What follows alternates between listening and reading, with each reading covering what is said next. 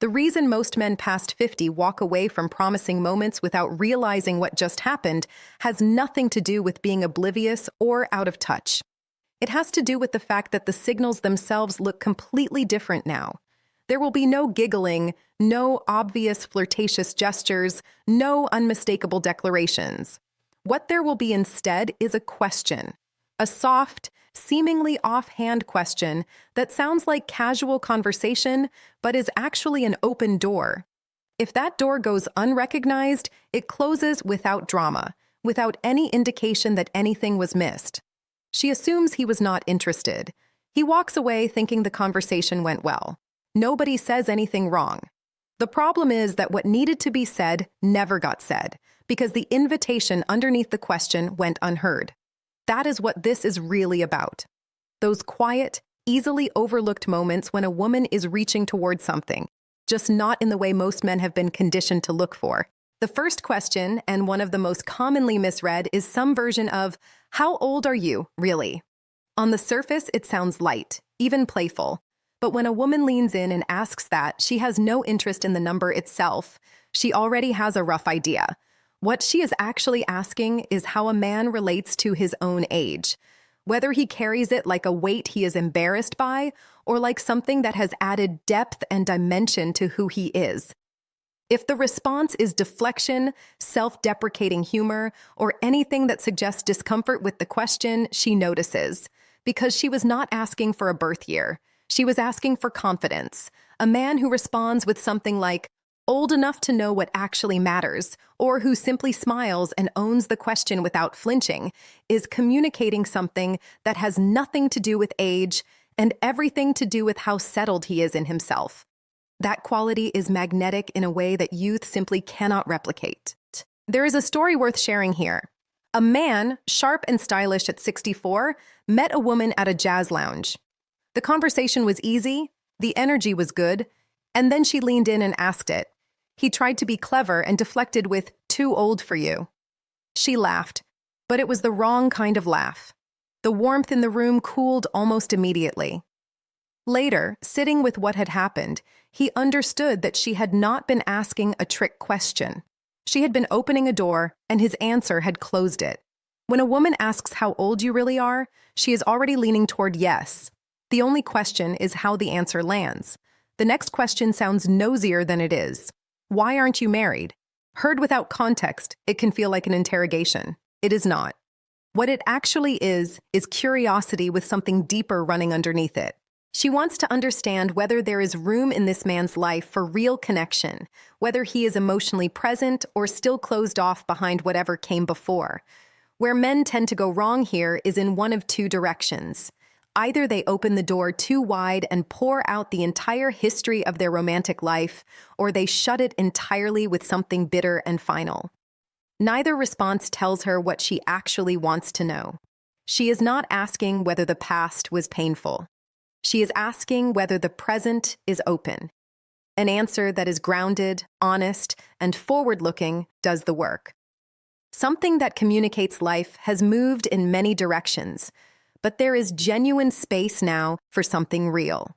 That kind of response tells her the baggage has been dealt with and the door is unlocked.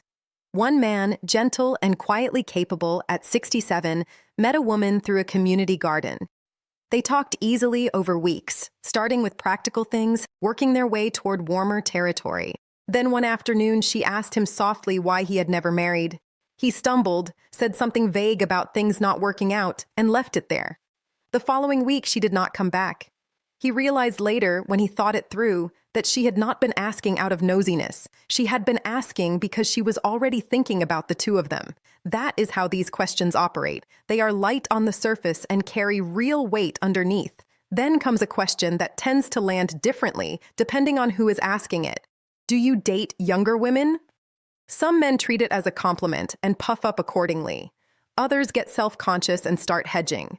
Neither response is what she is looking for. What she is really asking is simpler and more personal than it sounds. She wants to know if she could exist in this man's life as a real possibility, not as a curiosity or a category, but as a person he could genuinely connect with. The answer that lands well is the one that moves away from age entirely and towards something more honest about how he actually experiences connection. Saying that what matters is the quality of presence someone brings, not the number of years they have lived, tells her that she is being seen as a person rather than assessed by a metric. A man of 59, articulate and well at ease in conversation, met a woman in a bookstore. They found their way to coffee without much effort, and somewhere in the middle of it, she asked whether he dated younger women. He told her simply that he was drawn to good energy regardless of where it came from. Her smile in response was not the polite, closing kind. It was the kind that opens something. That evening became dinner. Dinner became a beginning. All because he understood what the question was actually asking and answered the real one. Another question that tends to get answered too literally. What kind of woman do you usually go for? Men hear this and start describing preferences, interests, physical qualities, a kind of inventory. But she is not conducting research. She is quietly asking whether she belongs in his world, whether something about who she is fits with what he values. The answer that serves the moment is not a checklist. It is something that speaks to character, to the feeling of being around someone whose presence adds to life rather than complicates it. When she hears an answer like that, she is not comparing herself to a description. She is imagining herself inside it. One man, a retired firefighter who had been volunteering alongside a woman for several weeks, answered that question without overthinking it. He said he was drawn to someone whose presence made a space feel quieter and more settled just by being in it. She told him afterward that she had been hoping she was exactly that. Sometimes the signal arrives wrapped in something that looks like playfulness. Are you always this charming? It is easy to dismiss this as light-hearted banter, and it is partly that. But it is also a moment when attraction is sitting openly between two people, and she is watching how it gets handled. Does he deflect with a joke and let the moment dissolve? Or does he meet it with something genuine? The response that keeps the conversation moving forward is one that acknowledges what is happening without being heavy about it, something that gently reflects the compliment back toward her, suggesting that she is the one drawing it out. That kind of answer communicates presence. It tells her he is paying attention and that he is not uncomfortable with a little emotional honesty between two people who are clearly enjoying each other's company. One man, 68, was at a dinner gathering when a woman leaned toward him and asked it. He turned the question back on her gently, asking whether she was always this perceptive. She did not stop looking at him for the rest of the evening, a question that sounds casual but carries real weight. Why don't you have a girlfriend? This is not small talk. It is her way of trying to understand whether this man is still genuinely open to something meaningful or whether he has quietly closed himself off to it. The tone of the answer matters enormously here. Bitterness, resignation, or a sense that he has given up on that part of life will register immediately and tell her everything she needs to know. Openness does the opposite. An answer that suggests he has been intentional about taking his time but remains genuinely available to the right thing shows her that the door is unlocked. One man, elegant and self-possessed at 71, was asked this at a gallery opening. He looked at her directly and said he had been working on becoming someone worth showing up for and that he thought he was finally getting there. That was all it took. And then there is the question that takes the most courage to ask, the one that arrives wrapped in a smile but is genuinely vulnerable underneath. Would you ever date someone like me? This is as close to a direct expression of interest as most women allow themselves to get without making it explicit. The humor is a cushion. The smile is protection. But beneath both of those things, something real is being offered. And a careless or evasive response lands harder than most men realize. The answer that meets the moment honestly is short, clear, and warm.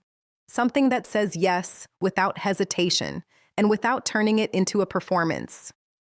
One man, former military and plain-spoken at 66, had been growing slowly closer to a woman over a period of weeks. On an evening walk, she asked him. He told her simply that he thought he would be a fool to pass up the chance.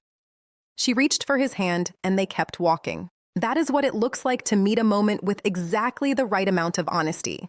And beyond all of these questions, it is worth remembering that some of the clearest signals never arrive in words at all. The way she angles herself toward him, the way her eyes stay a moment longer than they need to, a hand that finds his arm during laughter. These are not accidental. They are the same message delivered through a different channel. One man, a widower of 70, spent months in a film group with a woman who sat a little closer each week, whose hand would find his during a funny moment, whose warmth toward him was steady and consistent. He assumed it was simply friendliness. Then it stopped. And in its absence, he finally understood what it had been. By then, the window had passed. Nonverbal interest is quiet, but it is not subtle to someone who is actually paying attention. It simply requires being present enough to notice what is happening in the space between two people. Here is what all of this comes down to. Past 50, attraction does not announce itself. It arrives softly, sideways, tucked inside a question that sounds like nothing much. And when it does, the task is not to perform or impress or say the clever thing. It is to notice, to be honest, and to meet what is being offered with warmth rather than deflection. When a man does that, something shifts. He stops being one of many and becomes the one who actually saw her. And that, quietly, is everything. If something in this reached you, pass it along to someone who might need to hear it.